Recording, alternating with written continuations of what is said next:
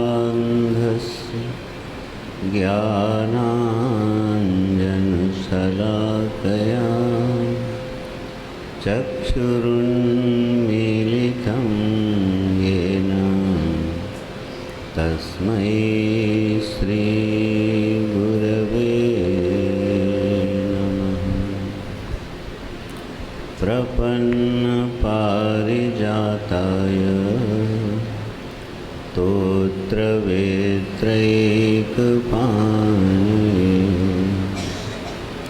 ज्ञानमुद्राय कृष्णाय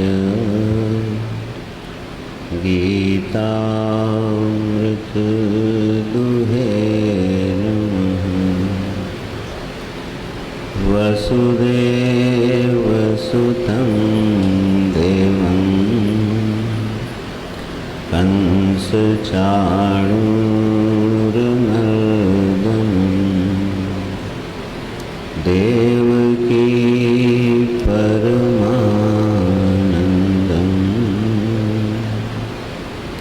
कृष्णं वन्दे जगद्गुरुम्।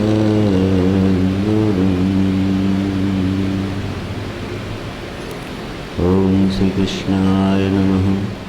ओम श्री सद्गुरुचरणकमलेभ्यो नमः। नारायण।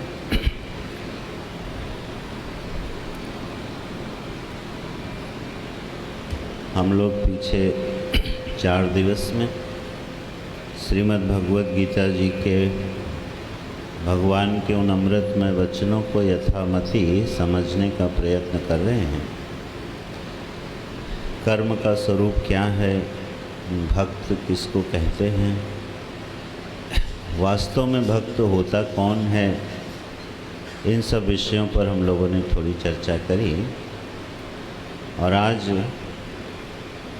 विषय है ज्ञान, जो ब्रह्म ज्ञान है, आत्मज्ञान है, या यूँ कहें कि परमात्मा ने अपना क्या स्वरूप बताया है गीता जी में, उस विषय पर थोड़ी बात हम लोगों को करनी है यथामति। दोपहर में शुक्ला जी से भेंट हुई थी तो हिंट आ गई थी कि शैली सरल ही रखी जाए क्योंकि वो अभ्यास दूसरा है तो थोड़ा परिवर्तन करना पड़ता है ज्ञान का विषय आते ही लगता है बड़ा गूढ़ और गंभीर चीज़ आने वाली है, और है भी, इसमें कोई संदेह नहीं। परमात्मा का ज्ञान जो है वो अगर असल में ज्ञान गंभीर नहीं है, हम गंभीर नहीं हैं। ज्ञान तो बहुत सरल है, गंभीरता हमारे अंदर नहीं है, गूढ़ता हमारे अंदर नहीं है, जिज्ञासा हमारे अंदर नहीं है, इसलिए वो चीज़ कठिन लगती है। नहीं तो ज्ञान तो बहुत सरल है।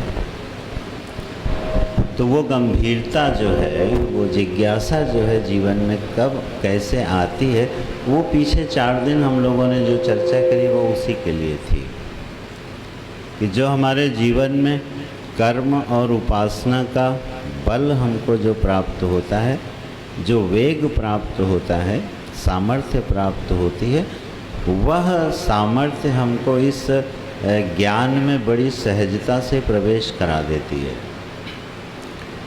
जैसे कोई हवाई जहाज़ होता है ना, और रनवे पर खड़ा होता है और उसको ऊपर उड़ना होता है, तो वो क्या करता है, पहले रनवे पर पर्याप्त बल और वेग अर्जित करता है, दौड़ता है, और जब उसको पर्याप्त बल और वेग प्राप्त हो जाता है तो वो बड़ी आसानी से भूमि को छोड़ करके गगन मंडल की ओर प्रस्थान कर जाता है। वह बल और वेग बिना प्राप्त किए कोई भी वायुयान आकाश में जा नहीं सकता। उसी प्रकार से कर्म और उपासना का वेग, बल, सामर्थ्य प्राप्त किए बिना इसमें प्रवेश कई बार मुश्किल लगता है। तो आइए आज थोड़ी इस पर चर्चा करते हैं कि भगवान ने इस स्वरूप पर क्या बात कही है गीता जी में। हमारे जीवन में जो हमको चीज़ें रोकती हैं ना, वो हमारी कुछ आसक्तियां हैं जीवन में, जो कि हमको इस परम ज्ञान को दुर्लभ बनाती रहती हैं। जीवन में कुछ ऐसे फंसावट है, ऐसे उलझने हैं, और वो हैं बहुत छोटी छोटी सी। वो जो आसक्तियां हैं वो हमको थोड़ा सा जकड़ के रखती हैं, रोक के रखती हैं, और हम उड़ना तो चाहते हैं, हम इन सबसे पार जाना चाहते हैं, हम उस नवमंडल में विचरना चाहते हैं, त्रिगुणों से पार जाना चाहते हैं। हर जीव इस त्रिगुणमयी माया से छूटना चाहता है, इससे पार जाना चाहता है। लेकिन जहाँ उलझ जाती हैं चीज़ें, वो कुछ आसक्तियाँ हैं छोटी छोटी सी, जैसे कर्तृत्वासक्ति, कर्मासक्ति, फलासक्ति, ये कुछ नाम हैं बड़ी छोटी छोटी सी चीज़ें। अगर इस पर ध्यान दे दिया जाए तो रास्ता खुल सकता है। जैसे कर्तृत्वासक्ति जो होती है वो क्या है? कर्तृत्वासक्ति का एक बड़ा सीधा सा अर्थ होता है, और कम से कम उत्तर भारत में कर्तृत्व से ही एक शब्द बना है, करतूत। बोलते नहीं इनका करतूत, ये इनका बालक की ये करतूत है, तो वो नकारात्मक अर्थ में होता है करतूत। लेकिन कर्तृत्व का नाम ही करतूत है, उसी से करतूत आया है। ये जो कर्तृत्व की आसक्ति है ना, ये क्या है? जैसे कि हम लोग कल चर्चा कर रहे थे कि जो कार्य संपादित होता है, उस कार्य को अपने परिणाम तक पहुंचाने में कितने हाथ होते हैं, कितने प्रकृति की चीज़ें जुड़ी होती हैं, कितना सहयोग होता है, तब जाकर के कोई एक छोटा सा भी काम अपनी मंजिल तक पहुंचता है। लेकिन हमारी इच्छा क्या रहती है कि ये बात बताई जाए कि ये पूरा का पूरा काम इन्होंने ही किया है। बस इसी का नाम कर्तृत्वासक्ति है कि करने वाला तो कोई और है, कराने वाला कोई और है, और हमारी इच्छा क्या रहती है कि ये ज़रा बताया जाए कि ये करने वाला आप ही हो, दूसरा नहीं हो। अच्छा बताओ, ये बेईमानी है कि नहीं है? एक सीधी सीधी सी बेईमानी है कि करने वाला कोई, कराने वाला कोई, सहयोग देने वाला कोई, और चौधरी बन के बैठना है हमको। और इसकी अगर पहचान करनी हो तो पता है, जब कोई आयोजन और कार्यक्रम होता हो और उसमें आपका भी कोई योगदान हो, हाँ बेहतर है, उसमें आपका भी कोई योगदान हो और गलती से संचालक आपका नाम लेना भूल जाए कि इनका भी सहयोग इसमें रहा है, तो आप सोचो कि आपको तकलीफ़ होती है नहीं, पीड़ा होती है कि नहीं। भले आप थोड़ी देर समझाते रहो कि सत्संग में अभी अभी सुना है, लेकिन वो मन गुनगुनाता ही रहता है कि देखो इतनी मेहनत की और इन्होंने हमारा नाम तक नहीं लिया। अब ये कितनी छोटी सी बात है, लेकिन कितनी पीड़ा देती है। और केवल पीड़ा ही नहीं देती है, ये हमको उस परम ज्ञान में, उस प्रेमा भक्ति में प्रवेश करने से रोकती है। चीज़ बड़ी छोटी है, लेकिन कीमत बड़ी भारी चुकानी पड़ती है। तो ये हैं आसक्तियाँ, ऐसे जीवन में होती हैं। घरों में भी आप देखते होंगे कि ये बचपन से होता है। हम बच्चों को शायद इसके लिए प्रेरित भी करते हैं, उसको इंस्पायर करने के लिए बोलते हैं, उसकी प्रशंसा करते हैं, लेकिन ध्यान दीजिएगा वो बहुत उचित नहीं है। कर्तृत्व को प्रगाढ़ बनाना ये गुरुजनों का, परिजनों का काम नहीं होता है, क्योंकि वो अभिमान को फिर जन्म देता है, अहंकारी बनाता है, और बाद में इसका बड़ा नुकसान जानते क्या होता है कि उसकी इच्छा अब ये होने लगती है कि मुझे करना कुछ ना पड़े और मेरा नाम हो जाए, ये अब और भी बड़ी बेईमानी हो गई। और बड़ी खुशी होती है कि किताब लिखी हो किसी ने और नाम छप जाए मेरा, और इसी से झूठी पीएचडी का जन्म होता है कि पीएचडी आपकी लिखता कोई है और नाम आपका चढ़ा दिया जाता है और आप बड़े प्रसन्न होते हो। तो अब देखो कहाँ तक पहुँच गए, कर रहा है कोई और मुझे लगता है कि ये मेरा नाम होना चाहिए। ये है कर्तृत्व आसक्ति। ये बंधन है, ये बाधक है। किस में बाधक है? अपने सत्य चित्त और आनंद स्वरूप परमात्मा को और भगवान के स्वरूप को यथा स्वरूप में समझने में बाधक बन जाती हैं ये चीज़ें। तो एक कर्तृत्वासक्ति होती है और एक फलासक्ति होती है, जिस पर हम लोगों ने कल चर्चा करी। वो स्वाभाविक सी है जो कर्मयोग से बदली जा सकती है।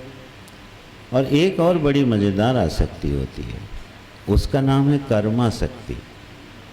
बोले कर्मासक्ति जो है ये ऐसी विचित्र है कि हमें चाहिए कुछ भी नहीं, लेकिन हम बिना काम किए नहीं रह सकते। कभी इसको महसूस किया है?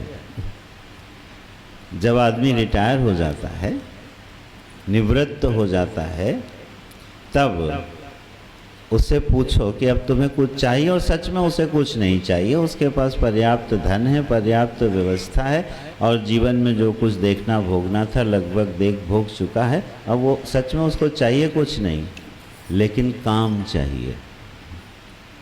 बिना कर्म किए व्यक्ति नहीं रहता है, जिसको हम लोग साधारण भाषा में बोलते हैं बोर हो जाते हैं। जब हमारे पास करने के लिए कुछ भी नहीं होता है तब हम बोर हो जाते हैं। ये कौन सी आसक्ति है? यह है कर्मासक्ति, कि बिना कर्म किए न रह पाना। तो वो हमको फिर किसी न किसी प्रवृत्ति में प्रेरित करती रहती है। तो इस तरह से जो ये जीवन की आसक्तियां हैं, ठीक है। कर्मासक्ति तो इतनी मज़ेदार है कि एक छोटी सी कथा है, प्यारी सी। एक व्यक्ति ईश्वर की खोज में निकलता है और बहुत खोजता है, खूब जप करता है, तप करता है, उपवास करता है, ध्यान करता है, जो कुछ बताता है वो सब करता चला जाता है। और एक दिन वो सौभाग्य का क्षण आता है कि उसको अपने प्रभु का पता लग जाता है। उसको उस द्वार का पता लग जाता है जिसको वो खोज रहा है। तो बड़ा प्रसन्न होता है और अपने ईश्वर से मिलने के लिए जाता है। और धीरे धीरे जब उस परमात्मा के द्वार तक पहुंचता है ना, तो उसकी चाल धीमी पड़ जाती है, वो कुछ सोचने लगता है। और जब बिल्कुल द्वार के पास पहुंच जाता है, परमात्मा से मिलने का क्षण आ जाता है, उस समय वो बिना द्वार खटखटाए, बिना प्रभु से मिले और चुपचाप वापस लौट आता है और फिर परमात्मा को खोजने लगता है, फिर ईश्वर को खोजने लगता है। तो बड़ी विचित्र बात है। तो उससे पूछा गया कि जब उसको तुम खोज रहे थे उसके द्वार तक तो तुम पहुंच गए थे, तो फिर लौट क्यों आए? तो बोलता है कि अगर मैं ईश्वर जिनको मैं खोज रहा था, अगर मैं उनसे मिल लेता, मेरी खोज पूरी हो जाती, तो आगे मैं करता क्या? फिर मेरे लिए करने को बचता क्या? मेरी खोज ही खत्म हो जाती, तो मैं फिर आगे क्या करता? कथा है सांकेतिक, लेकिन इस पर ध्यान दीजिएगा कि जब आप ध्यान में बैठते हैं और सौभाग्य से हमारा चित्त पवित्र होता है, सत्वगुण बढ़ा होता है, ध्यान अच्छा लग रहा होता है, ठीक है, और हम अपनी अंतर यात्रा में अपने अंतर जगत में प्रवेश कर रहे होते हैं, आत्मा के स्वरूप के आसपास पहुंच रहे होते हैं, उसकी सुगंध और उसका आनंद महसूस कर रहे होते हैं, और उसी समय एक संकल्प आके खड़ा हो जाता है और वो हमको उस ध्यान से उठा देता है। ये जो लोग ध्यानाभ्यासी लोग हैं उसको जरूर अनुभव करते होंगे कि हर बार ऐसा होता है, हर बार ऐसा होता है कि जब जब हम ध्यान करने बैठते हैं, पूजा करने बैठते हैं और थोड़ा सा भी अंतरंग पहुंचते हैं, हमारा ही कोई न कोई संकल्प वहाँ स्फुरित होता है और हमको धीरे से हमारी पूजा और ध्यान से उठा देता है और हम फिर चल जाते हैं। तो ये जो आसक्तियाँ हैं जीवन में, कहीं कर्तृत्वासक्ति, कहीं कर्मासक्ति, तो कहीं फलासक्ति, ये हमारी अंतरंग यात्रा को बाधित करती रहती है, रोकती रहती है और हम बार बार चूक जाते हैं। तो भगवान कहते हैं कि देखो अर्जुन, मैं तुमको अब बताता हूँ, अपना स्वरूप बताता हूँ क्या है, लेकिन स्वरूप बताने से पहले प्रभु ने एक बात कही अर्जुन से, और आप गीता जी में इस बात पर ध्यान देना कि 2 जगह पर भगवान ने अपने इस पवित्र ज्ञान को, अपने स्वरूपक ज्ञान को बताया है बिना पूछे। 7वें अध्याय में जब भगवान इसको शुरू करते हैं तो वहाँ अर्जुन ने कुछ पूछा नहीं है। अभी ये अर्जुन का प्रश्न नहीं आया है, ये भगवान की करुणा उदित हुई कि उनको लगा कि अब हमें अर्जुन को अपने स्वरूप के बारे में भी बताना चाहिए, क्योंकि वो जानते हैं और चाहते हैं कि मेरा भक्त अज्ञानी ना रहे। ये प्रभु की इच्छा है। जब हम भक्त बनते हैं, जब हम परमात्मा से जुड़ते हैं, आर्त और अर्थार्थी भाव से भी जुड़ते हैं, किंचित जिज्ञासु होते हैं, तो ईश्वर हमको अज्ञानी नहीं रहने देना चाहता। ये भगवान की करुणा है और उनकी दया है, उनकी कृपा है कि वो हमको अज्ञानी देखना पसंद नहीं करते हैं। तेषाम एव अनुकंपार्थम अहम अज्ञानजं तमा नाशयामि आत्मभावस्थ ज्ञानदीपेन भास्वता। इस श्लोक पर ध्यान दीजिएगा। तेषाम एव अनुकंपार्थम, मैं अपने उन भक्तों पर कृपा करने के लिए क्या करता हूँ? नाशयामि, नष्ट कर देता हूँ, अज्ञानजं तमः, जो उनका अज्ञानांधकार है मैं उसको नष्ट कर देता हूँ। और कैसे नष्ट करता हूँ? भास्वता ज्ञान दीपेन, मैं उस भक्त के हृदय में ज्ञान का दीपक बन के प्रकाशित हो जाता हूँ और उसके हृदयगत अज्ञान को नष्ट कर देता हूँ। ये काम मैं करता क्यों हूँ? अनुकंपार्थम, क्योंकि अब मुझे ये लगने लगा है कि अब मेरा ये प्यारा सा भक्त अज्ञानी रहना नहीं चाहिए। तो वो जो भूमिका ज्ञान की मिलती है, वो जो गीता जी से मिलती है, उसका स्वरूप बड़ा विलक्षण है। 7वें अध्याय में जब भगवान बोलते हैं कि मयि आसक्त मनः पार्थ योगम युंजन मदाश्रयः असंशयम समग्रम माम यथा ज्ञास्यसि तत् शृणु, ये भगवान का अपनी तरफ से बोला हुआ वचन है।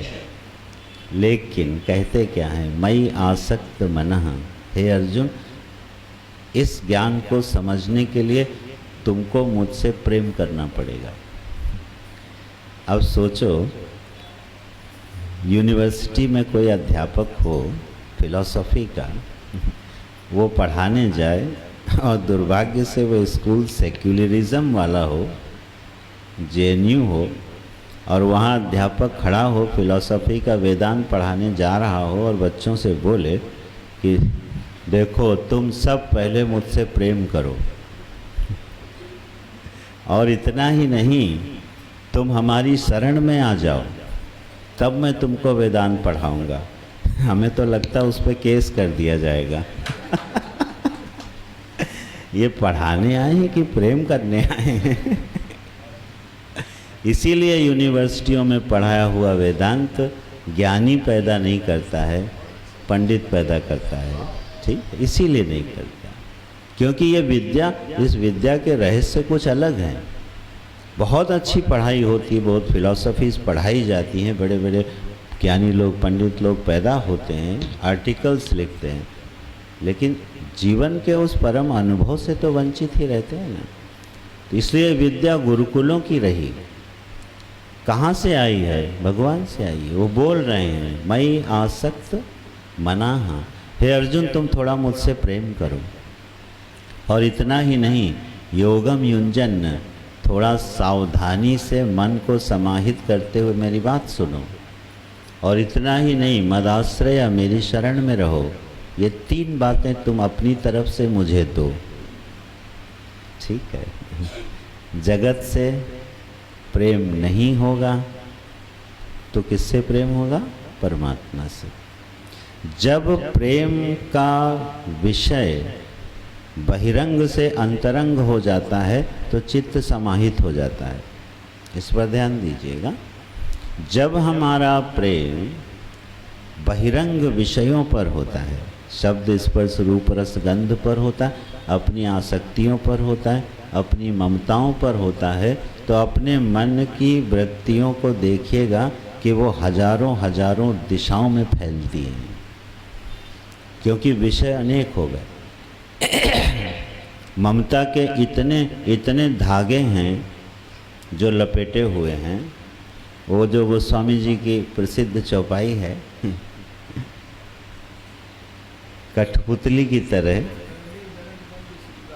हाँ, ये सब धागे हैं जो लपेटे गए हैं। सबके ममता ताग बटोरी, ये तो उपाय बताया उन्होंने, है ना।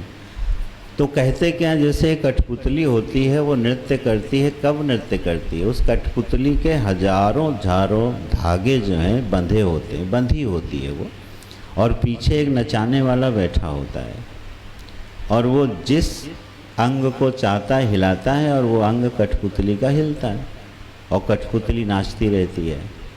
गोस्वामी जी ने इतनी खूबसूरत उपमा दी है कि हम लोगों ने अपनी ममता के सैकड़ों धागे बाहर लटका के रखे, और कोई न कोई धागा हिलता रहता है, और जितने धागे हिलते रहते हैं हमारा नर्तन चलता रहता है। तो कठपुतली की तरह नाच चल रहा है, कभी धन का, कभी पद का, कभी यश का, कभी ममता का, और सारे धागों में से 2-4 धागे लगातार हिलते रहते हैं। इसलिए नाचना कभी जीव का रुकता नहीं है। तो जब हमारे वृत्ति का विषय बहुत होता है, हमारे आसक्ति और ममता के विषय बहुत होते हैं, तब हमारा मन हो जाता है बहिर्मुखी। और जब हमारी आसक्ति, ममता, प्रेम का विषय एक हो जाता है तो हमारा मन हो जाता है अंतर्मुखी।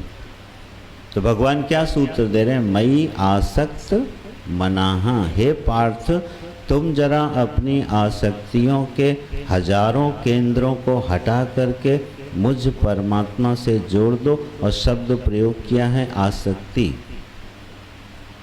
माने प्रेम। तो जब हमारी वृत्ति वर्ण कर लेती है अपने प्रभु का, तब हजारों दिशाओं में उसका फैलना बंद हो जाता है, वो अंतर्मुखी हो जाती है। तो योगम युंजन अपने आप घटने लगता है, चित्त समाहित हो जाता है। और इस आसक्ति को बढ़ाने के लिए मद आश्रय है। प्रेम हमारा जीवन में किससे बढ़ता है? जहाँ से हमको आश्रय बोध प्रगाढ़ होता जाता है। जैसे जैसे हमारा आश्रय बोध प्रगाढ़ होता जाता है, वैसे वैसे हमारी जो प्रीति है, हमारा जो प्रेम है, वो बढ़ता जाता है। अब सोचो, अगर परमात्मा ने कभी हमको अपने आश्रय की अनुभूति नहीं कराई होती तो अब तक सब लोग गीता पढ़ना बंद कर चुके होते और आप भक्ति करना छोड़ चुके होते। पूरे जीवन को ध्यान से देख लीजिए, जो भी भक्त है, जो भी परमात्मा से जुड़ा है, उसके जीवन में कहीं न कहीं ये अंतरंग अनुभूति है कि मेरा आश्रय मेरा परमात्मा है। अगर अपने आश्रय की अनुभूति प्रभु कराना बंद कर दें तो आप प्रभु से प्रेम कर नहीं सकते हो। तो आश्रय एक ऐसा तत्व है जो हमारे जीवन में आसक्ति बढ़ाता है। आसक्ति माने प्रेम बढ़ाता है। और लोक व्यवहार में भी यही होता है कि नहीं होता? जब हम किसी का आश्रय सिद्ध होते चले जाते हैं तो उस व्यक्ति का प्रेम हमसे बढ़ता चला जाता है, और जो हमारा आश्रय सिद्ध होता चला जाता है उससे हमारा प्रेम बढ़ता चला जाता है। अब कोई सेवक हो और स्वामी जो है उसके हर विपत्ति में खड़ा हो जाता हो, तो सेवक का स्वामी के प्रति प्रेम बढ़ेगा कि नहीं बढ़ेगा? भरोसा बढ़ता चला जाता है, क्योंकि उसको मालूम है कि मेरा आश्रय उपलब्ध है। और बीच बीच में अगर वो स्वामी उसके ज़रूरतों पर काम न आए तो उस सेवक का अपने स्वामी के प्रति प्रेम कम होता चला जाता है। आप भागवत जी में देख लीजिए, भगवान कृष्ण से सभी प्रेम करते थे, लेकिन गोवर्धन उठाने के बाद प्रेम बहुत बढ़ गया। जब उन्होंने देख लिया कि हमारा आश्रय तत्व कमज़ोर नहीं है, हमारा आश्रय तत्व तो इतना बड़ा है कि वो गोवर्धन को उठा के हमारी रक्षा कर सकता है, तो भगवान ने अपने ऐश्वर्य की जो अनुभूति है वो अपने भक्तों को धीरे धीरे धीरे धीरे कराना शुरू किया, और पूरे ब्रज के मन को प्रेम की डोरी में बांध लिया कि नहीं बांध लिया? पूरा ब्रज भगवान में आसक्त हो गया। क्यों आसक्त हो गया? क्योंकि ऐसा कोई मौका नहीं था जहाँ कृष्ण ने उनकी रक्षा न करी हो। तो आश्रय बोध जब जीवन में बढ़ता है तो प्रेम पक्का है, इसमें कोई दो राय नहीं। ये लोक में सिद्ध है तो अंतरंग भी सिद्ध है। और भगवान की जब कृपा बढ़ती है जीवन में तो आपको पग पग पर आश्रय के बोध की अनुभूति होने लगती है। हाँ, हर छोटी सी छोटी घटना में उस मालिक के हाथ नज़र आने लगते हैं। अरे यहाँ तक कि जब आप पूजा और ध्यान में बैठते हो और जब ध्यान बढ़िया लग जाता है, हमारी वृत्ति प्रभु को छू लेती है और आप अंतर आनंद से भर जाते हो, तो भक्त मन जानते हैं क्या बोलता है? आज प्रभु ने मेरा बहुत बढ़िया ध्यान करवा लिया। ये आश्रय की अनुभूति है, ये ध्यान रखिएगा। और ना हो तो अभ्यास करके देख लीजिए। जिस दिन पूजा अच्छी हो जाए और आप कहना आज बड़ी अच्छी पूजा हुई है, कल भी मैं इतनी ही अच्छी पूजा करूँगा, आप कर नहीं पाओगे। जहाँ आपने कहा और संकल्प किया मैं कल भी ऐसी ही यज्ञ पूजा अनुष्ठान करूँगा, आप कर नहीं पाओगे। कल भी मैं सुबह उठ के ऐसा ही ध्यान लगाऊंगा, आप ध्यान लगा नहीं पाओगे। क्यों ऐसा होता है? क्योंकि परमात्मा अपने भक्त को अपने आश्रय की अनुभूति कराना चाहता है हर मोड़ पे। और जैसे जैसे हमारे आश्रय की अनुभूति बढ़ती जाती है, उस प्रभु से प्रेम बढ़ता चला जाता है। बोले ये शर्त लगा दी कब? बोले अर्जुन ये 3 काम जरा तुम करो, मेरे आश्रय में आ जाओ, मन को समाहित कर लो, मेरे अनन्य प्रेमी हो जाओ, तब तुमको मैं बताऊंगा असंशयम समग्रम माम यथा ज्ञास्यसि तत्सुनो। अब तुम सावधान होकर के सुनो कि असंशयम समग्रम माम, मेरा पूरा समग्र स्वरूप क्या है, अब मैं तुमको बताता हूँ, इसको ध्यान से सुनो। परमात्मा का जो स्वरूप है यहाँ पर जो कह रहे हैं असंशयम समग्रम, संशय रहित और समग्र माने पूरा ज्ञान मैं तुमको कराता हूँ। ये ईश्वर अपनी तरफ से बोल रहे हैं। कौन परमात्मा ये बात बोल रहे हैं? जो ये बात बोलते हैं कि तुम्हारी मन बुद्धि से तुम मुझे पकड़ नहीं सकते हो। मैं मन और वाणी से अतीत हूँ, तुम्हारे प्रयासों से मैं पकड़ में आने वाला नहीं हूँ, कोई मुझे आज तक ठीक से जान नहीं पाया। ऐसी घोषणा जो श्रुतियों में है उसके अनुरूप भगवान बोल रहे हैं कि अर्जुन तुम मुझे संशय रहित और समग्र रूप से जान लोगे। ये परमात्मा का समग्र रूप क्या होता है?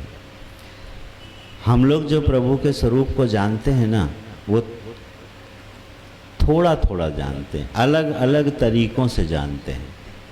जैसे कुछ अंधे हैं और एक हाथी खड़ा है, तो उस हाथी को स्पर्श करके वो लोग ज्ञान प्राप्त करते हैं। तो वो नेत्रहीन हैं, तो जब वो कोई उस हाथी के पैरों को छूता है, स्पर्श करता है, तो बोलता है कि हाथी खंभे के जैसा है।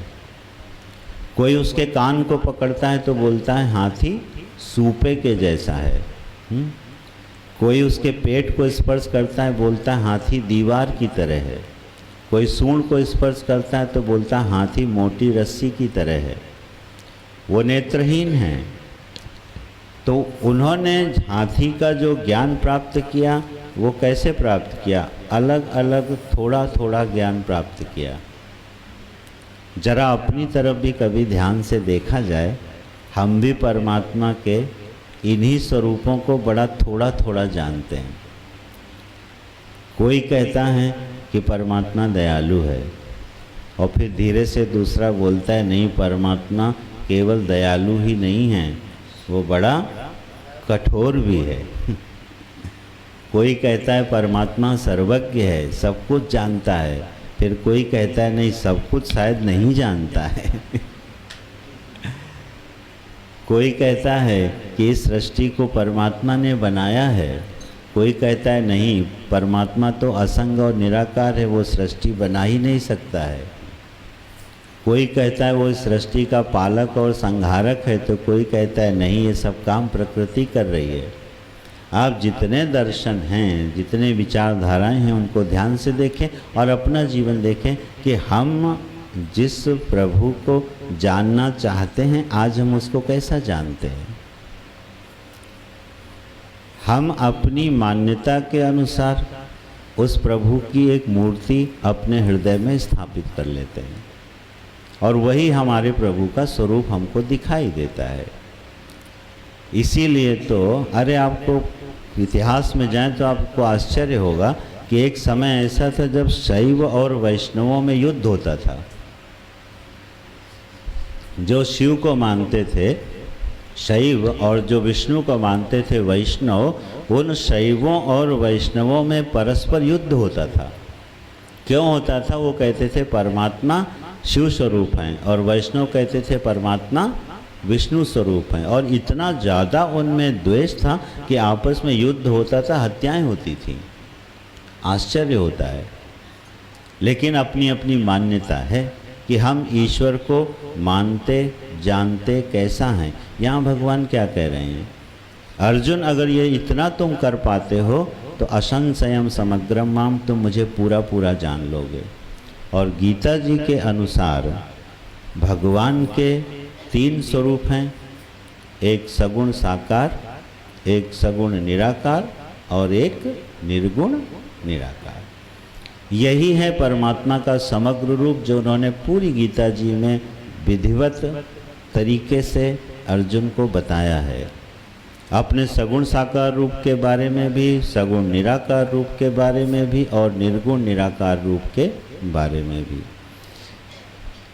तीनों स्वरूपों में जो अर्जुन ने संबोधन प्रयोग किया है, वो अच्युत शब्द का प्रयोग किया है।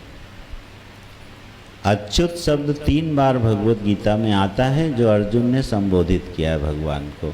एक बार सगुण साकार के संबंध में, एक बार विराट रूप के संदर्भ में, और एक बार निर्गुण निराकार रूप के संबंध में। तीनों स्वरूपों के संबोधन में अर्जुन ने एक ही शब्द बोला, हे अच्युत। अपने स्वरूप से न नीचे गिरने वाले परमात्मा, ये सब आपके स्वरूप हैं। तो जब हम भगवान को जानते और समझते हैं, अगर हमने परमात्मा के इन तीनों स्वरूपों को नहीं समझा, तो हमारा ज्ञान आधा अधूरा रहता है। जैसे हमारे कर्दम ऋषि जो हैं, ये दृष्टांत मैं अक्सर देता हूँ, हमारे कर्दम ऋषि जो हैं वो सामने खड़े हुए परमात्मा को छोड़ करके परमात्मा की खोज करने जाते हैं कि नहीं जाते हैं? कपिल भगवान उनके सामने हैं, और उनसे क्या कहते हैं कि हे भगवान मुझे आज्ञा दे दीजिए, अब मैं संन्यास्त होकर के आपको खोजने जा रहा हूँ, आपका ज्ञान प्राप्त करने जा रहा हूँ। और भगवान बोलते हैं जाओ, और उपदेश करते हैं कि माम आत्मानम स्वयं ज्योति ही, जाओ करदम अब तुम मुझे अपने अंदर पहचानो। अभी तक तुमने मुझे दृश्य के रूप में पहचाना है, अब जाओ तुम मुझे अपने दृष्टा के रूप में पहचानो। तो ये जो भगवान का स्वरूप है, इस विराट सृष्टि के रूप में, इस जगत के रूप में, उस सर्वज्ञ सर्वशक्तिमान इस सृष्टि के अधिष्ठान के रूप में जब हम प्रभु को पहचानते हैं, तो ये हमारा आधा ज्ञान है, ये पूरा ज्ञान नहीं है, समग्रम नहीं है। हम ये मान लेते हैं, अच्छी तरह से जानते हैं और श्रद्धा करते हैं, विश्वास करते हैं कि ये सारी सृष्टि, ये जो विराट है ना, है तो मेरे प्रभु का स्वरूप। इस पर हम लोग चर्चा कर चुके हैं। ये सारी सृष्टि मेरे प्रभु का स्वरूप है। इस सृष्टि को बनाने वाला कौन है? ईश्वर ही हो सकता है, और कौन बनाएगा? इस सृष्टि को पालने वाला कौन है? ईश्वर ही हो सकता है। ये सृष्टि अनाथ नहीं है, ये सृष्टि सनाथ है। ये बहुत सुंदर ज्ञान है, ये आश्रय देता है जीवन में कि ये सृष्टि अनाथ नहीं है, इस सृष्टि का कोई मालिक है। लेकिन ये ज्ञान भी गीता जी की दृष्टि में अभी अधूरा है, क्योंकि वही परमात्मा जो दृश्य के रूप में अपने को प्रकट किए हुए है, वही परमेश्वर दृष्टा बन के, अंतर्यामी बन के अंदर बैठा हुआ है। उपद्रष्टा, अनुमंता, भर्ता, भोक्ता, महेश्वरः परमात्मेति चाप्युक्तः देहे अस्मिन् पुरुषः परः। बोले मैं उपद्रष्टा हूँ, अनुमंता हूँ, तुम्हारा भर्ता हूँ, भोक्ता हूँ, और फिर बोले महेश्वरः परमात्मा। तो जो उपद्रष्टा, अनुमंता, भर्ता, भोक्ता बना हुआ है, भोक्ता बोला कि नहीं, उसी भोक्ता को परमात्मा कह रहे हैं कि यही महेश्वर है, यही परमात्मा है। तो दृश्य के रूप में ईश्वर को पहचानना और दृष्टा के रूप में ईश्वर को पहचानना, ये है परमात्मा का समग्र ज्ञान। परमात्मा को निराकार, निर्गुण, निराकार के रूप में अपनी आत्मा समझना, आत्मानुभूति करना, और इस संपूर्ण दृश्य प्रपंच को परमात्मा की गोद में बैठा हुआ देखना, ये परमात्मा के दोनों स्वरूपों को जानना है। गोस्वामी जी ने सगुण और निर्गुण कह के इसका वर्णन किया है कि एक सगुण है और एक निर्गुण है, और उनकी दृष्टि में निर्गुण को जानना आसान है और सगुण को जानना कठिन है। सगुण परमात्मा को जानना मुश्किल होता है, निर्गुण परमात्मा को जानना थोड़ा कठिन होता है, ये सरल होता है। क्यों निर्गुण परमात्मा को जानना सरल है? क्योंकि वो अपनी आत्मा है, क्योंकि वो अपना स्वरूप है। तो ये असंशयम समग्रम माम, अर्जुन तुम जैसे जानोगे, मैं सुनो, मैं तुम्हें थोड़ा हिंट देता हूँ। क्या देता हूँ? कि यह जो पूरी सृष्टि तुम देख रहे हो, भूमिरापो नलो वायु खम मनो बुद्धि रेवच अहंकारितीयम में भिन्ना प्रकृति ही अष्टधा। यह जो जगत तुमको दिखाई दे रहा है, ये मेरी अष्टधा मूर्ति है।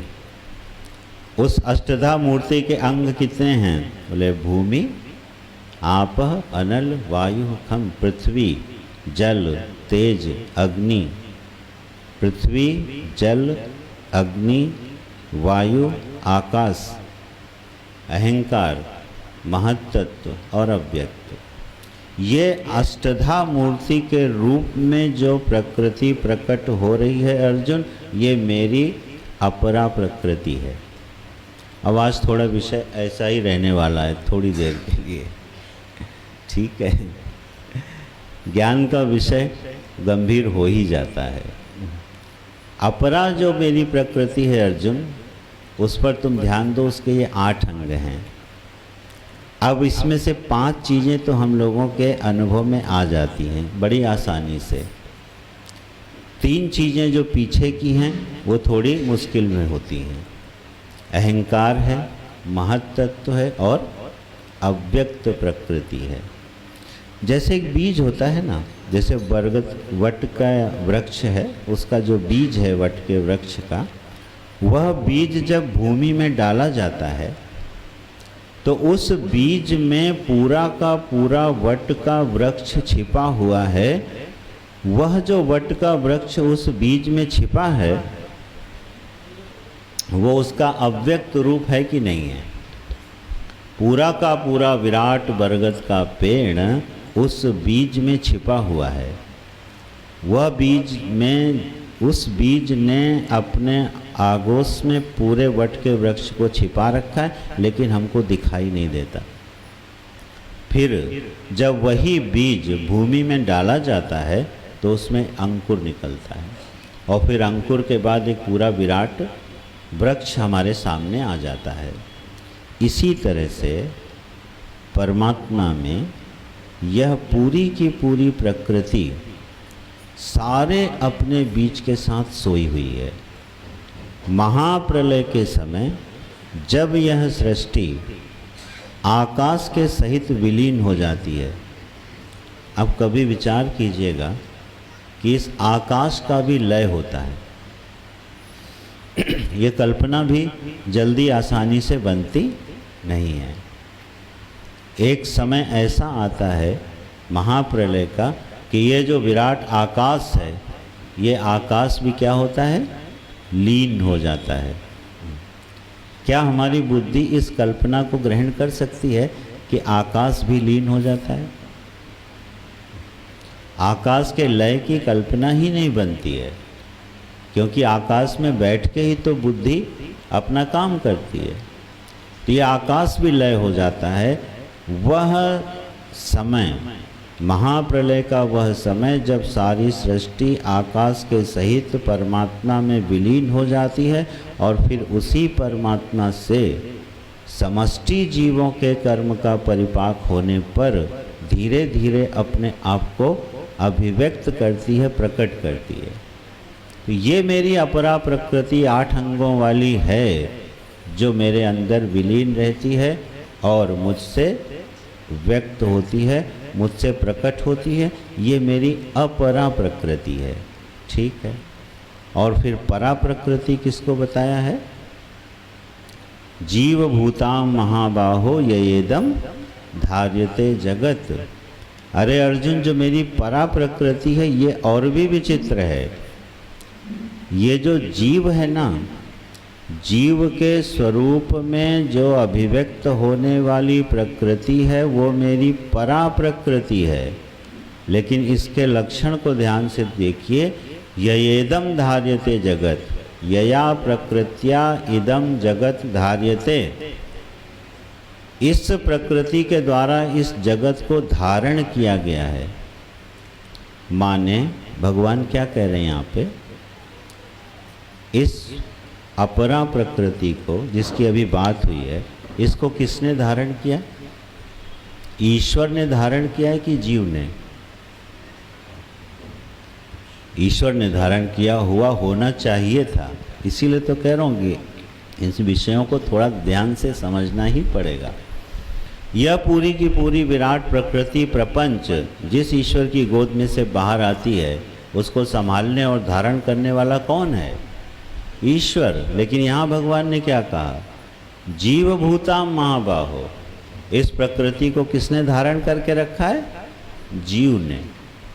अब बात बिगड़ गई। ये जीव इस प्रकृति को कैसे धारण करके रख सकता है? लेकिन सच्चाई यही है, क्योंकि भगवान का वचन है। जैसे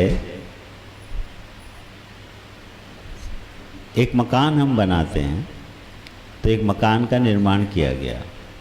उस मकान को किसने धारण करके रखा है?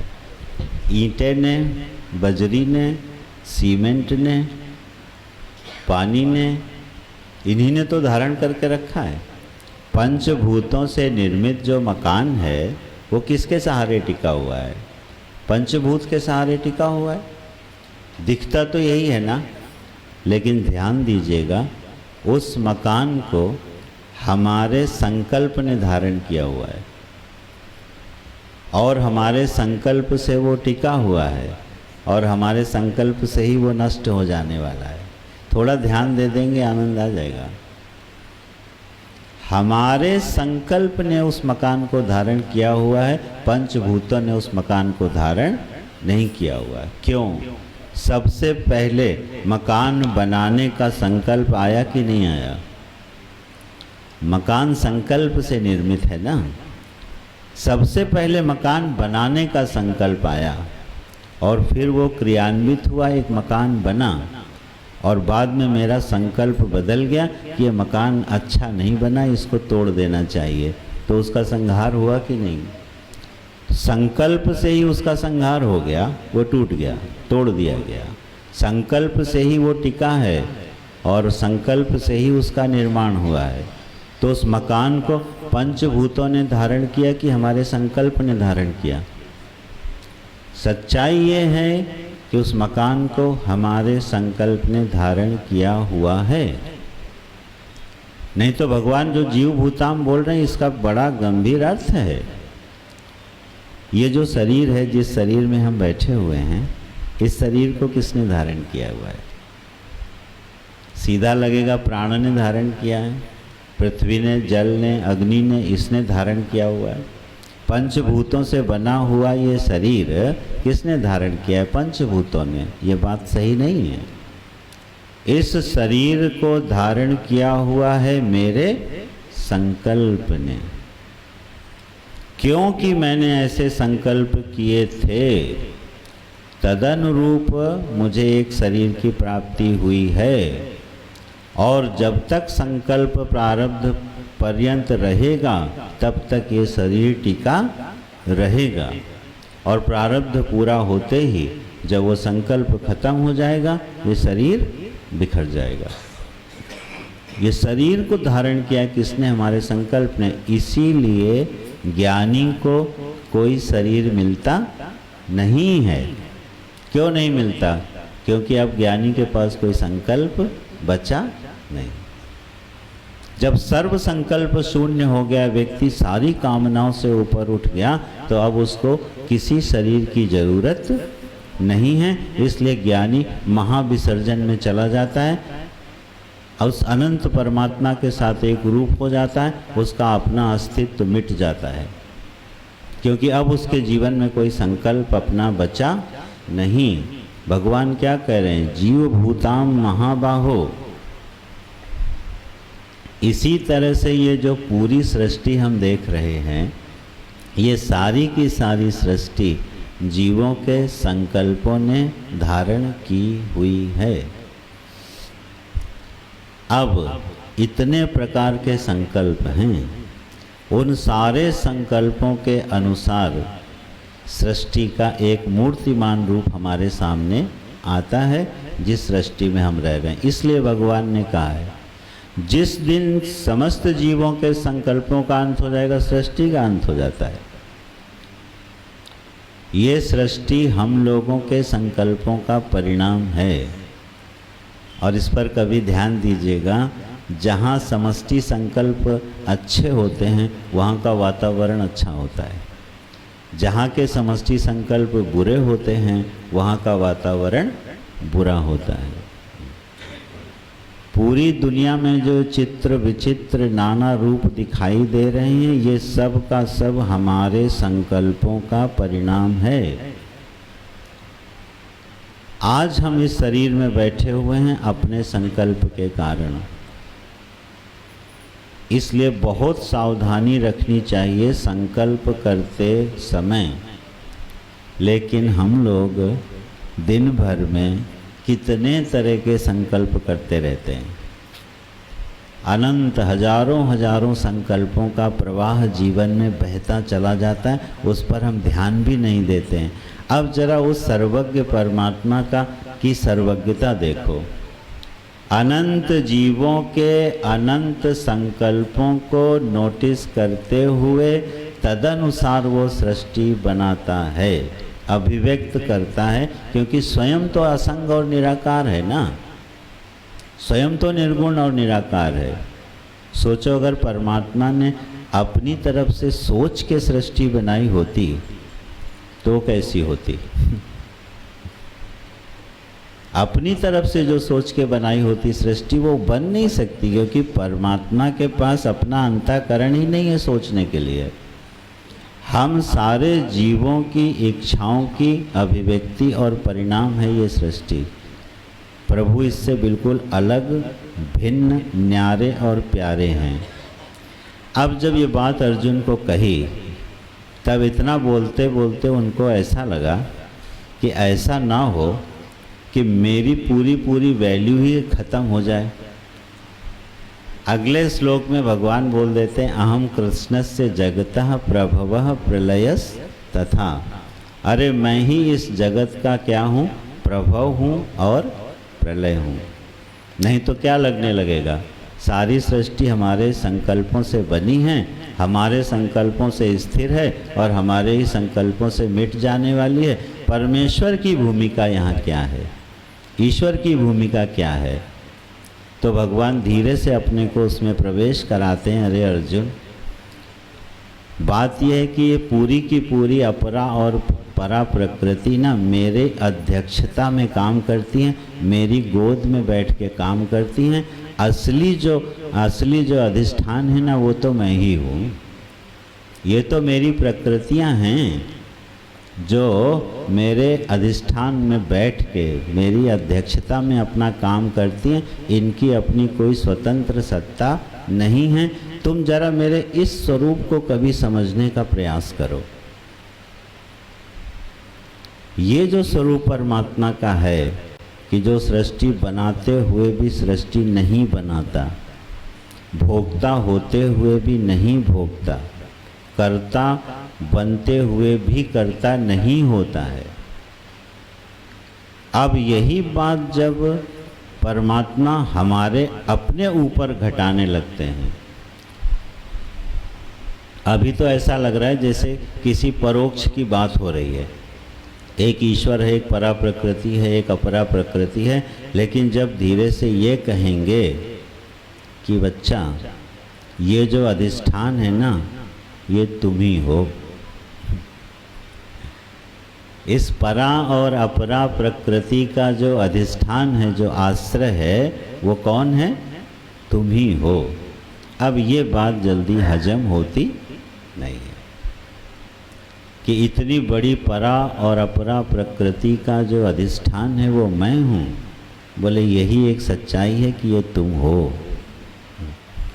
और इस बात को गीता जी में धीरे धीरे पिरो के बताए हैं कि तुम्हारा स्वरूप कैसा है?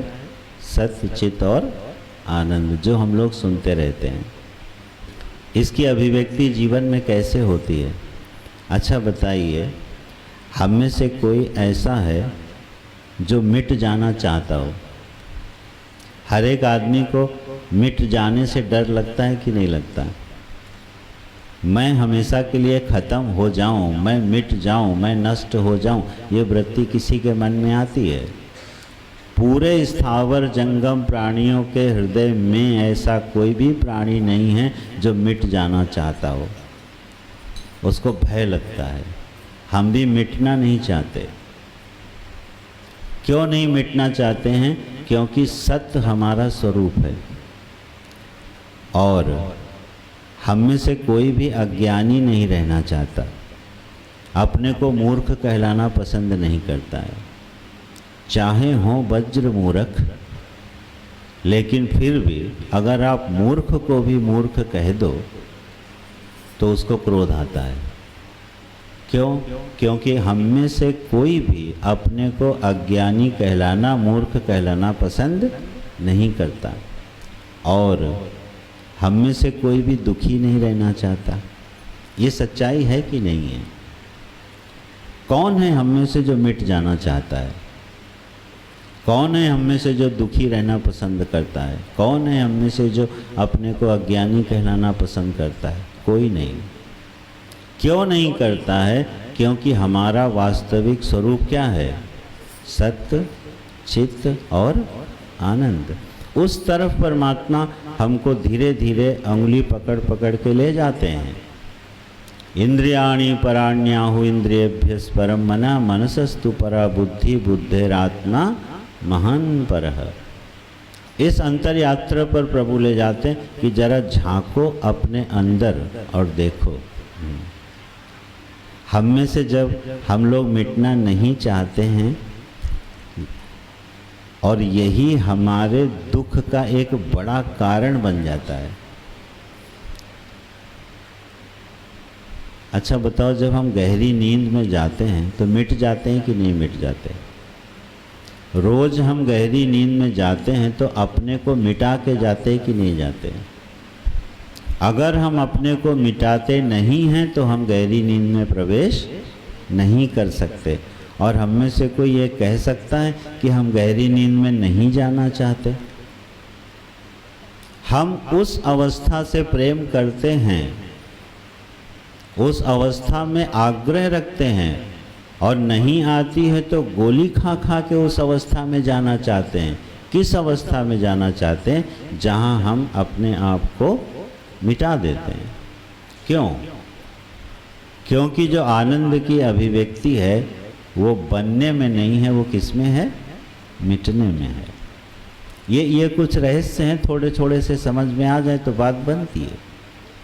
हमको लगता है कि कुछ बनने में आनंद है। परमात्मा कहते हैं अगर तुम मुझे ठीक से समझोगे तो तुमको मिटने में मज़ा आने लगेगा, बनने में मज़ा नहीं आएगा। क्योंकि बनना जो है वो झंझट का काम है। ये जो भव रोग है ना, भव रोग, इसका यही तो नाम है। भव माने होता है होना। हम वो होना चाहते हैं जो आज हम नहीं हैं। हर व्यक्ति कुछ ना कुछ होना चाहता है। निर्धन धनी होना चाहता है, मूर्ख विद्वान होना चाहता है, जो शक्तिशाली नहीं है वो शक्तिशाली होना चाहता है। हम में से हर व्यक्ति कुछ ना कुछ होना चाहता है। अच्छा, संसार में कुछ नहीं होना चाहते हैं तो भक्त होना चाहते हैं, ज्ञानी होना चाहते हैं, मुक्त होना चाहते हैं, कुछ ना कुछ तो चाहते हैं ना। भव माने हम आज जो हैं, जैसे हैं, उससे हम राजी नहीं हैं। हम इससे अतिरिक्त और कुछ होना चाहते हैं। तो ये जो होना चाहना है इसी का नाम भव रोग है। कभी कुछ क्षण ऐसा निकाल के सोचिए और विचार कीजिए। चुपचाप कमरे में बैठ जाइए, आंख बंद कर लीजिए, ठीक है, और ये विचार कीजिए कि अब मैं कुछ होना नहीं चाहता हूँ, मुझे कुछ नहीं बनना और मुझे कुछ नहीं पाना। और धीरे धीरे अपने मन को निहारिएगा, बार बार उसको बोलिएगा बहुत कुछ बन के देख लिया, मज़ा आया नहीं, अब हम कुछ बनना नहीं चाहते हैं, हम कुछ पाना नहीं चाहते हैं। ऐसे बोलते रहिए तो धीरे धीरे वो जो मन है ना वो आपको अपने अंतर आनंद का स्पर्श कराने लगेगा। क्योंकि जब आप कुछ नहीं होना चाहते हो तो वो सब हो जाते हो जो आप हो।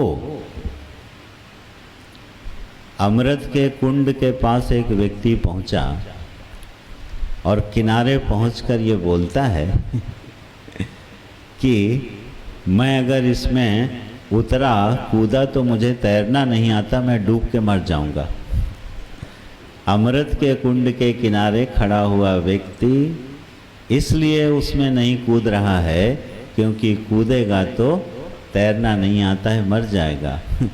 अब ये भय उसका कैसा है? अमृत के कुंड में कूदने वाला कभी कोई मरा?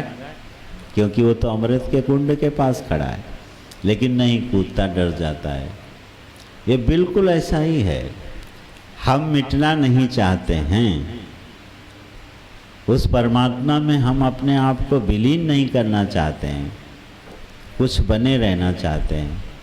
भगवान जब अपने पूरे स्वरूप का वर्णन करना शुरू करते हैं ना, और कोई ठीक से पढ़े तो वो उसको मिटा जरूर देंगे। फिर ये पक्की बात है, फिर हम बचेंगे नहीं। हमारा स्वयं का होना ही हमारे लिए बड़ी भारी समस्या है। और इसको अच्छा कभी अभ्यास करना हो तो गीता जी के सहारे अभ्यास कीजिएगा। एक एक कदम अंदर हटते जाइएगा, एक एक कदम पीछे हटते जाइएगा।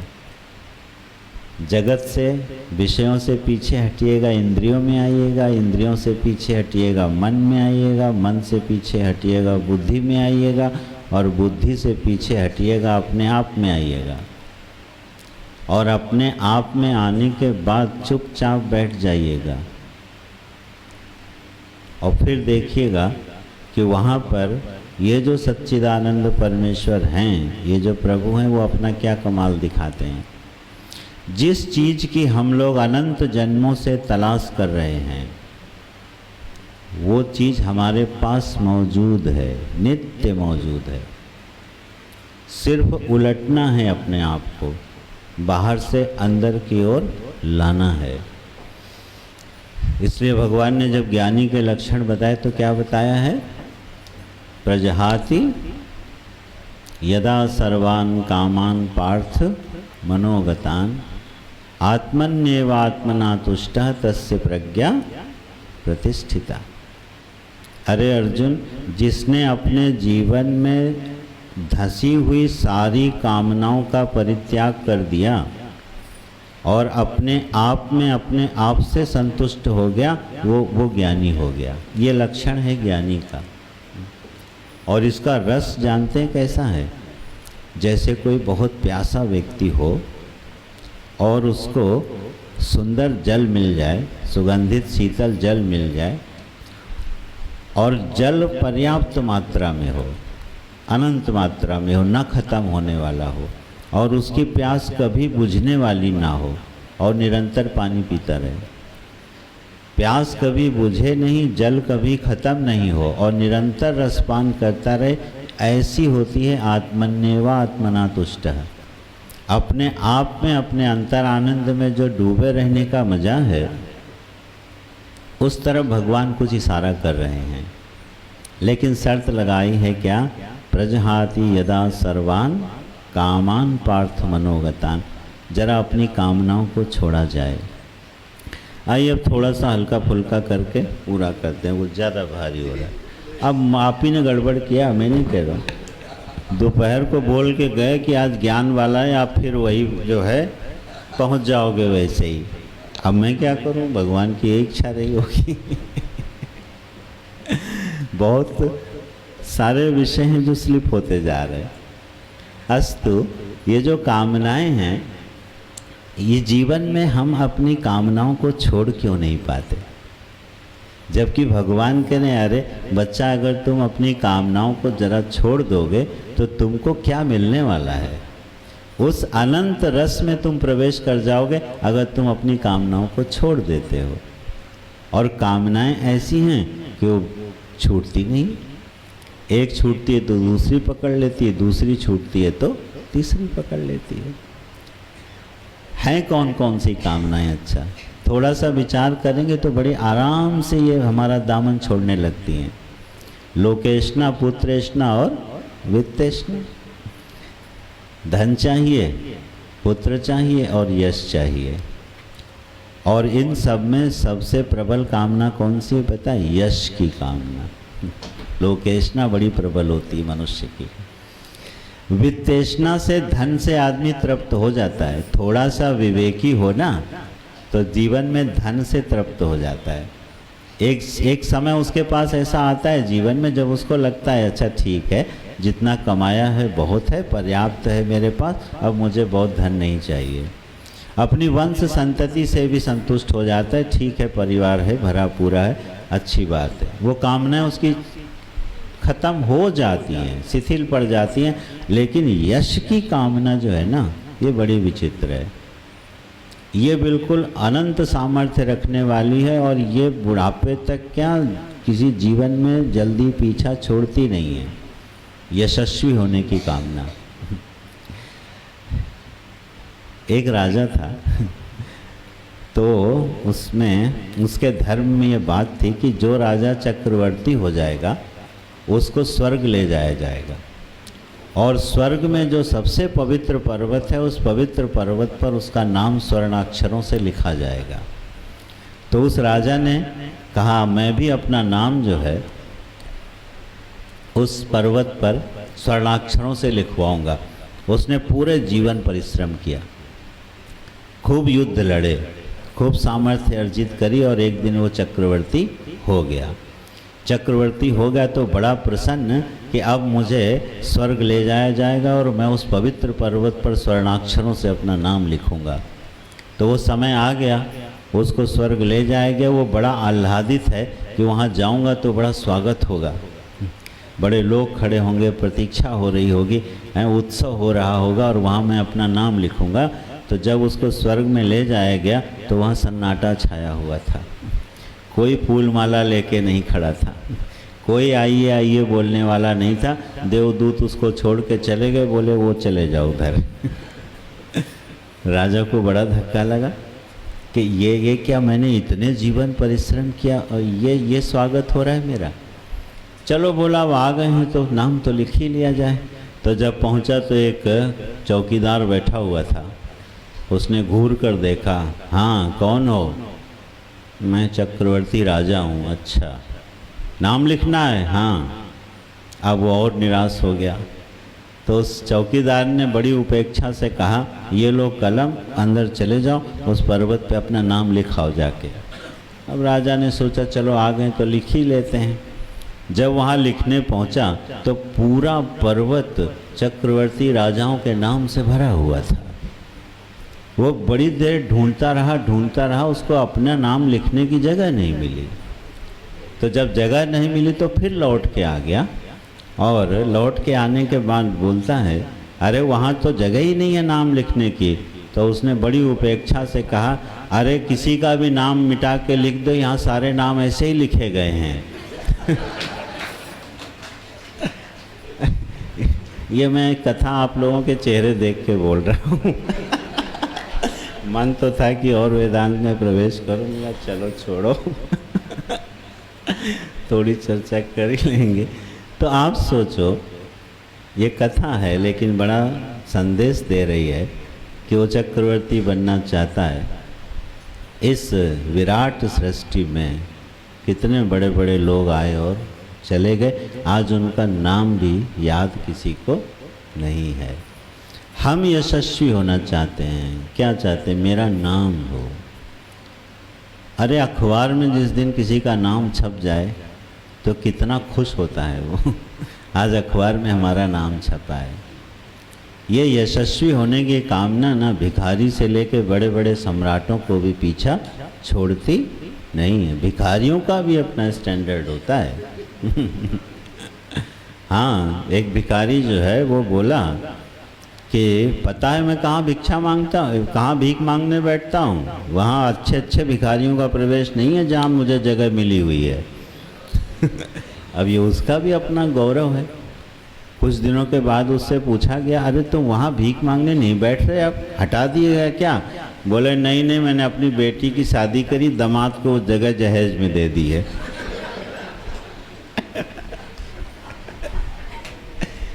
तो ये भी यश है, उसको इस बात का गर्व है कि मैं वहाँ भीख मांगने बैठी। ये सब अपनी कथाएं हैं। हम यशस्वी होना चाहते हैं, हमारा कोई नाम ले, अरे क्या करोगे नाम का?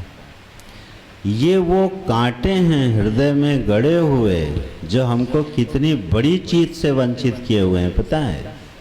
आत्मन्येव आत्मना तुष्टा से वंचित क्यों? हमको अपने अंदर बैठे हुए अपने परमात्मा से मिलने नहीं देती हैं ये चीज़ें। हम कितनी बड़ी चीज़ मिस कर रहे हैं, इस बात का एहसास नहीं है हमको। किसके लिए मिस कर रहे हैं?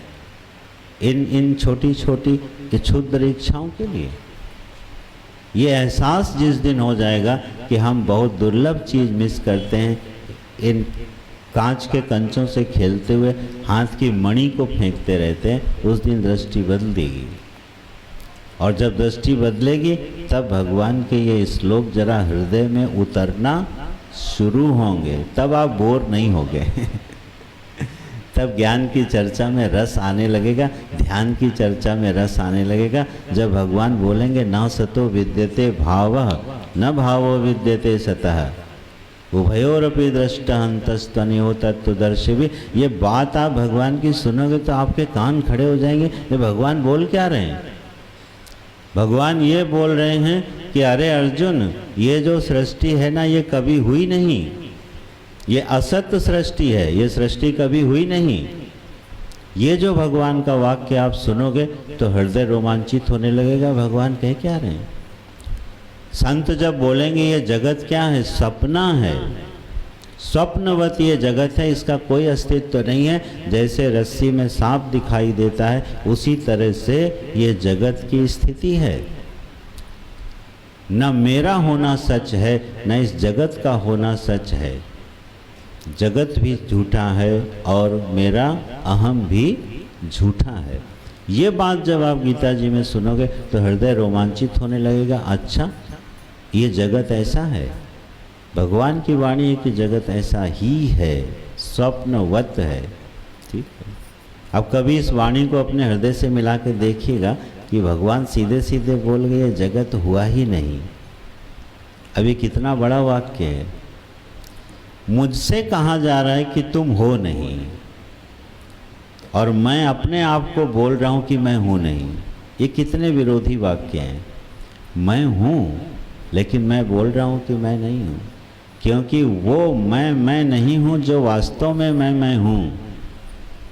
जो मेरा अपना असली स्वरूप है वो अंतर्मुखी होकर के जगत की इन जो छोटी छोटी क्षुद्र वासनाएं हैं, इनको विचार पूर्वक जरा धीरे धीरे हटाते हुए, अपनी आसक्तियों को धीरे धीरे जीवन से विदा करते हुए, जब हमारा शुद्ध सत्व से भरा हुआ मन एक गहन शांति को प्रवेश करता है और जीवन में 10 मिनट भी अगर उस गहन गंभीर शांति में अंतरात्मा का स्पर्श होने लगे, उस अंतर आनंद का स्पर्श होने लगे, आप जीवन में दोबारा उसको छोड़ नहीं पाओगे। फिर ये संसार सपना दिखने लगेगा, झूठा दिखने लगेगा। तो ये है कुछ भगवान का स्वरूप। तो गीता जी में जो भगवान ने अपने स्वरूपों का वर्णन किया है, तो प्रायः हमको सगुण साकार रूप ही पसंद आता है और उसी में अपना काम चला लेते हैं। फिर अर्जुन को भगवान ने अपना विश्व रूप भी दिखाया। बोले जरा इससे कुछ बेहतर है देखने के लिए, उसको भी देख लो। और विश्व रूप दिखाने के बाद बोले अर्जुन, ये सब का सब जो मैंने तुमको दिखाया है ना, इसके अधिष्ठान तुम ही हो। ये सब तुम्हारे अंदर खेल रहा है। अपने उस निर्मल स्वरूप को पहचानो और अपने उस अंतर आनंद में प्रवेश करो। तो ये है कुछ भगवान की दृष्टि जो वो हमें देना चाहते हैं। तो भगवान की कृपा, गुरुओं का अनुग्रह बना रहे कि जरा एक एक सीढ़ी ऊपर उठा जाए, है ना। छोटे छोटे खिलौनों को छोड़ के थोड़ी बड़ी बड़ी चीज़ें पकड़ी जाएं और उस परमेश्वर के साथ थोड़ा संबंध बनाया जाए और फिर इतना प्रगाढ़ संबंध बना लिया जाए कि वो और मैं और वो दोनों अलग अलग ना रहें, दोनों एक हो जाएं। तो ना मिटने का भय होगा, ना मूर्ख होने का भय होगा, और दुख की छाया भी जीवन में कभी छूने वाली नहीं है। उस अनंत आनंद में प्रवेश हो जाएगा। ये है भगवान ने भगवत गीता में भगवान के शुद्ध निर्गुण स्वरूप का तत्व ज्ञान जो जगह जगह आया है। इसका अनुशीलन अनुसंधान होते रहना चाहिए। 5 श्लोक का पाठ नियमित कर लेते हैं, जो नियम है 10 श्लोक का, तीसरे अध्याय के बाकी बचे 10 श्लोक को पढ़ते हैं। नारायण।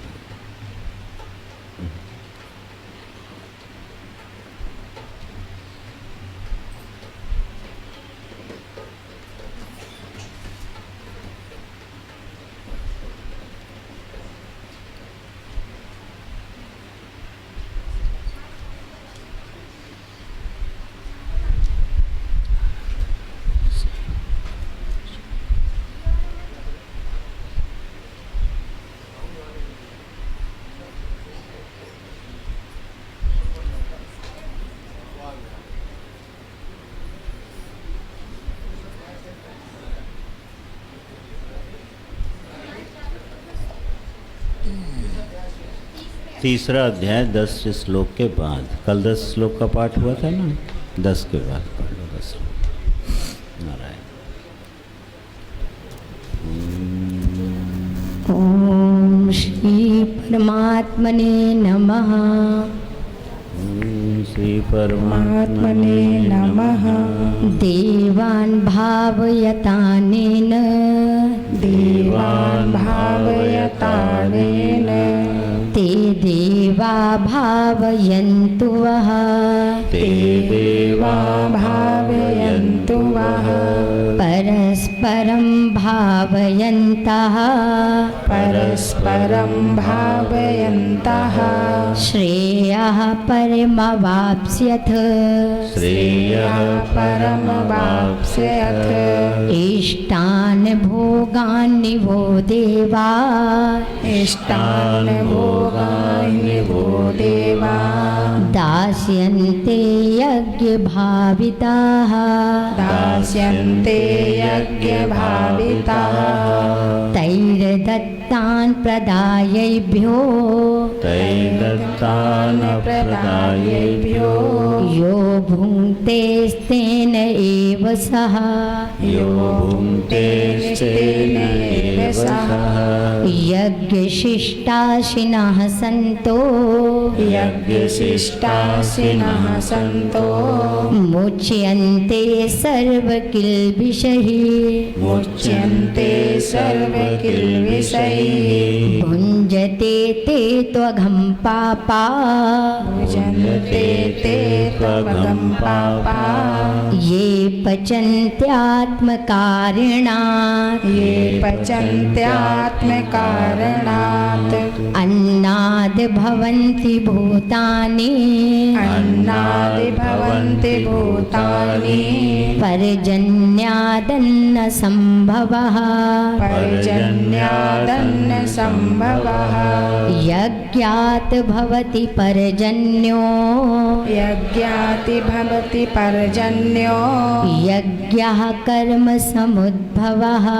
यज्ञः कर्म समुद्भवः, कर्म ब्रह्मोद्भवं विद्धि, कर्म ब्रह्मोद्भवं विद्धि, ब्रह्माक्षर समुद्भवं, ब्रह्माक्षर समुद्भवं, तस्मात् सर्वगतं ब्रह्म, तस्मात् सर्वगतं ब्रह्म, नित्यं यज्ञे प्रतिष्ठितं, नित्यं यज्ञे प्रतिष्ठितम्, एवं प्रवर्तितं चक्रम्, एवं प्रवर्तितं चक्रम्, नानुवर्तयति यः, नानुवर्तयति यः, अघायुरिन्द्रियारामो, अघायुरिन्द्रियारामो, मोघं पार्थ स जीवति, मोघं पार्थ स जीवति, यस्त्वात्मर्तिरेव स्यात्, यस्त्वात्मरतिरेव स्यात्, दात्मतृप्तश्च मानवः, दात्मगतश्च मानवः, आत्मन्येव च सन्तुष्टः, आत्मन्येव च सन्तुष्टः, तस्य कार्यं न विद्यते, तस्य कार्यं न विद्यते, नैव तस्य कृतेनार्थो, नैव तस्य कृतेनार्थो, नाकृतेनेह कश्चन, नाकृतेनेह कश्चन, नाचास्य सर्वभूतेषु, न चास्य सर्वभूतेषु, कश्चिदर्थव्यपाश्रयः, कश्चिदर्थव्यपाश्रयः, तस्माद् सक्तः सततं,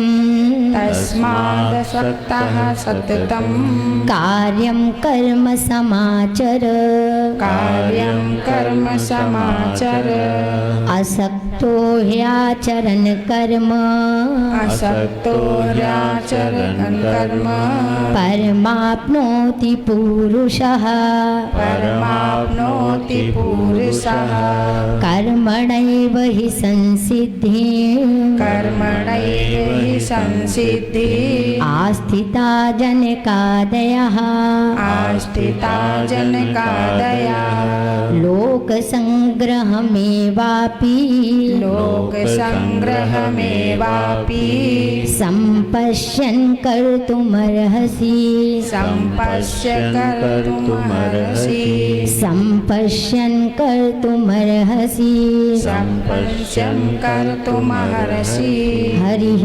ओम् तत्सत् हरि ओम तत्सत् ॐ तत्सदिति श्रीमद्भगवद्गीतासु उपनिषत्सु ब्रह्मविद्यायां योगशास्त्रे श्रीकृष्णार्जुनसंवादे कर्मयोगो नाम तृतीयोऽध्यायः हरिः ओम् तत्सत् हरि ओम तत्सत हरिः ओम् तत्सत् बोलो गीता अम्बा की जय। बोलो राधा कृष्ण भगवान की, बोलो सदगुरुदेव भगवान की। 2 मिनट में लेता हूँ। जी बात यह कि मैं गीता ज्ञान मंडल में आप लोग जानते ही हैं, बहुत सालों से आया जी। हूँ, बहुत से लोग परिचित हैं।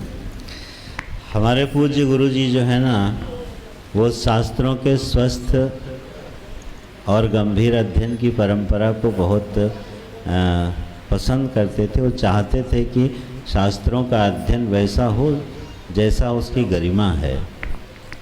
तो एक ऐसा गोष्ठी, एक ऐसा मंडल आप लोगों का बनना चाहिए। आचार्य लोग हैं जो महीने में एक बार मिला करें और भाष्य और टीकाओं के साथ उस पर चर्चा हुआ करे। तो जब कभी हमारा आना हो तो उस गोष्ठी में बैठ के हम लोग वेदांत की अच्छी सी चर्चा कर सकें, वो बड़ा प्रिय लगता है। तो ये जो गुरु जी के स्मृति में जो फाउंडेशन है, इसका कार्य, मुख्य कार्य है कि गुरुकुलों की परंपरा, शास्त्र अध्ययन की परंपरा, एक गरिमा में जो हमारा वैदिक धर्म है, जो अपना महत्व और अपनी महिमा खोता जा रहा है, उस पर थोड़ा ध्यान दिया जाए और उसी के लिए हम लोग प्रयत्नशील हैं। तो आप सभी लोग उस पर अपना सहयोग दें, अपना संकल्प दें। तन मन धन से नहीं, मन तन धन से क्रम है ये। तन मन धन का क्रम नहीं होता। सबसे पहले मन दे दें। केवल कोई भी व्यक्ति हो या संस्था जो अपनी शुद्ध सनातन वैदिक संस्कृति के लिए संघर्ष कर रही हो, प्रयत्नशील हो, चाहे व्यक्ति हो या संस्था, आपका शुभेच्छा, आपका शुभ संकल्प उसके साथ होना चाहिए कि इसका विकास हो, हमारी वैदिक संस्कृति अपनी गरिमा को प्राप्त करे। तो सबसे पहले मन दें और फिर समय निकालें और अपना सेवा और तन दें और यथा सामर्थ्य धन दें। तो मन, तन और धन से ऐसे हर संस्थाओं को और ऐसे हर व्यक्तियों को जिन कार्यों के लिए लगे हैं, आप लोगों का सहयोग मिलना चाहिए। और आशा करता हूँ अगली बार एक ऐसी आचार्यों की मंडली 2, 4, 10 जो हमारे प्रिय लोग बैठे हैं, कभी बैठकर वेदांत के गंभीर प्रश्नों पर चर्चा भी की जाए तो और आनंद बढ़ेगा। अस्तु। अब बाकी शुक्ला जी आपको सब कुछ बताने वाले हैं। एक बार ताली। परम सौभाग्य से ये हमारा स्वामी सुबोधानंद फाउंडेशन के तत्वाधान में सदगुरुदेव जी की कृपा से ये 5म दिवस गीता ज्ञान यज्ञ का विश्राम की ओर है। इस अवसर पर हमारे इस कानपुर नगर के शिक्षा जगत के कीर्तिमान प्रकाश स्तंभ, हम उनको इसलिए अपने बीच में आदर देते हैं कि सबसे पहला जो उनका आग्रह रहता है और उनकी जो रुचि रहती है वो रहती है अपने शिक्षा जगत को और अच्छे ऊंचाइयों पर ले जाने के लिए और उसको दिशाबोध देने के लिए। इसके बाद चूँकि उनको सेवा करने की इच्छा थी, इसलिए हमारे बीच में आदरणीय परम श्रद्धे जो आज पूरे दिन अपने जीवन को गीतामय जिन्होंने बनाया, चूँकि गीता संदेश यात्रा आज वर्ष प्रतिपदा के अवसर पर गीता संदेश यात्रा का आयोजन समिति में आप माननीय हमारे श्रद्धेय विधायक एमएलसी शिक्षा जगत के स्नातक विधायक माननीय अरुण पाठक जी हमारे बीच में हैं, जो बहुत सहज और सरल अपने को प्रस्तुत नहीं करना चाहते। हम निवेदन करेंगे कि यहाँ पर थोड़ा आराम से, लेकिन सबसे पहले निवेदन करेंगे कि महाराज श्री का वो माल्यार्पण कर आशीर्वाद प्राप्त करें। और हम सब लोग माननीय अरुण पाठक की उपस्थिति को, इस सहज उपस्थिति को प्रणाम करते हुए उनके लिए तालियां बजा दें। अरुण पाठक स्नातक विधायक, बिनस्टी इंटर कॉलेज के प्रवक्ता, हम सब परिचित हैं। उनके पूज्य पिताजी इसी बिनस्टी में थे।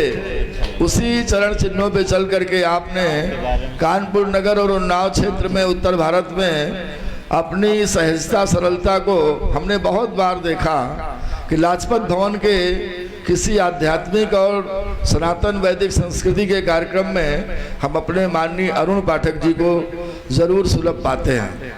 उन्होंने कई दिन से जानकारी उनको मिल गई थी किसी माध्यम से, तो उन्होंने कहा था कि अभी हम बाहर हैं।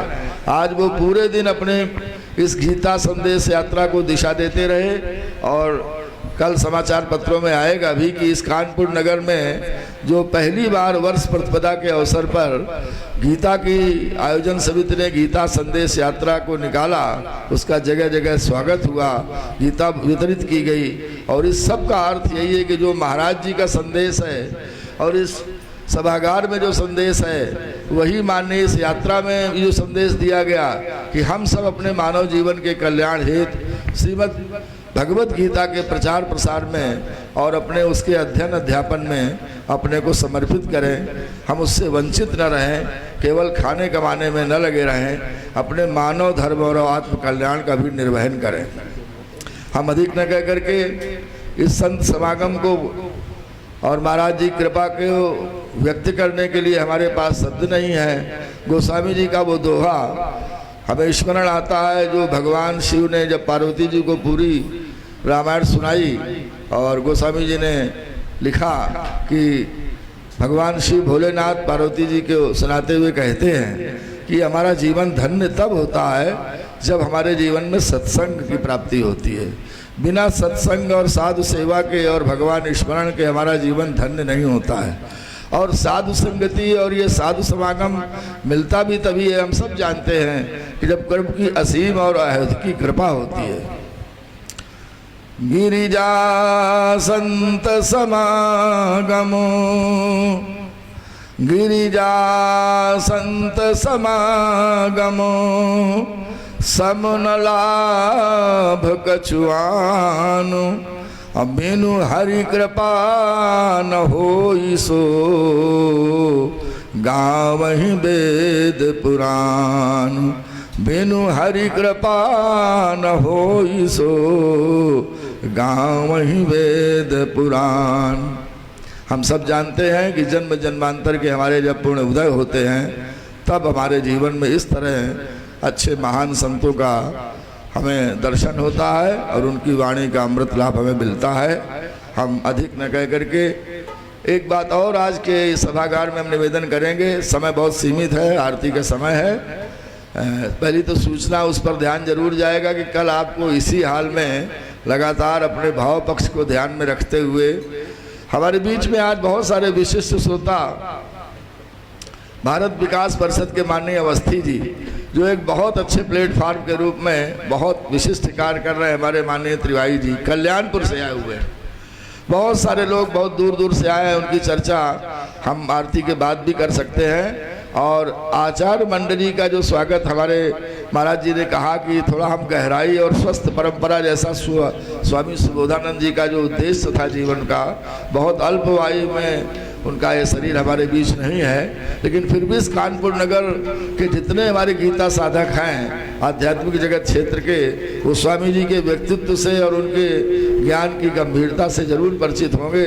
और उसी धारा को महाराज जी आगे बढ़ाते हुए इस कानपुर नगर को धन्य कर रहे हैं। आचार्य मंडली में आज का जो हम स्वामी जी के कर कमलों से अभिनंदन चाहेंगे, आचार्य रामकृष्ण तिवारी, आचार्य कृष्ण दत्त शुक्ल, आचार्य शिव कुमार दीक्षित यदि आए हों, आचार्य राम नरेश मिश्रा, ये 4-5 आचार्य हमारे इस गीता ज्ञान मंडल के द्वारा काफ़ी अपना समय मन और तन दे करके हम सब लोगों को गीता ज्ञान सत्संग सुलभ कराते रहते हैं। तो हम चाहेंगे कि आरती के पहले या बाद इनका भी अभिनंदन होना चाहिए। इस अवसर पर अपने माननीय अरुण पाठक जी ने जो अपना समय दिया, हमारे आग्रह को स्वीकार किया। कानपुर दक्षिण हम माननीय से निवेदन करेंगे कि हर चीज़ में धीरे धीरे आगे बढ़ रहा है। अगर शिक्षा जगत में कुछ विद्यालय आगे है, सामाजिक क्षेत्र में भी और राजनीतिक क्षेत्र में भी कानपुर दक्षिण आगे है, तो हम ये कहना चाहते हैं आज के इन श्रोताओं के बल से कि हमारे माननीय अरुण पाठक देखने की आध्यात्मिक क्षेत्र में भी लाजपत भवन जैसा वातावरण यहाँ पे तैयार हो। बड़े सुधी श्रोता हैं, ये भीड़ नहीं है, बौद्धिक है, इसलिए हम माननीय अरुण पाठक जी को आमंत्रित करते हैं कि 2 शब्दों से इन हमारे सुधी श्रोताओं को भी अपना उपदेश और संदेश प्रदान करें। अच्छा, हाँ, हमारे माननीय पाठक जी कह रहे हैं कि सुधी श्रोता विद्वान और सुधी साधक है। आज की आरती में माननीय पाठक जी को आमंत्रित करते हैं कि आज की आरती हमारे विधायक पाठक जी, उसी क्रम में बाद में नीलम बजाज भी हमारी लखनऊ से आई हैं, महाराज जी के श्रोता विशिष्ट श्रोता हैं, वो भी आरती में शामिल रहेंगी। इसी आरती के क्रम में अर्पित गुप्ता कानपुर के हैं, महाराज जी के बहुत शिष्य हैं, तो उनसे भी आमंत्रित करते हैं। और सुमन शुक्ला जो प्रधानाचार्य कामत सरस्वती इंटर कॉलेज की हैं, वो भी आरती में सम्मिलित होंगी। क्रमशः हम विघ्न निराल के आरती वागेश्वरी गीता जी। बोलो गीता अम्बा की जय, जय भगवत गीते अम्बा, जय भगवत गीते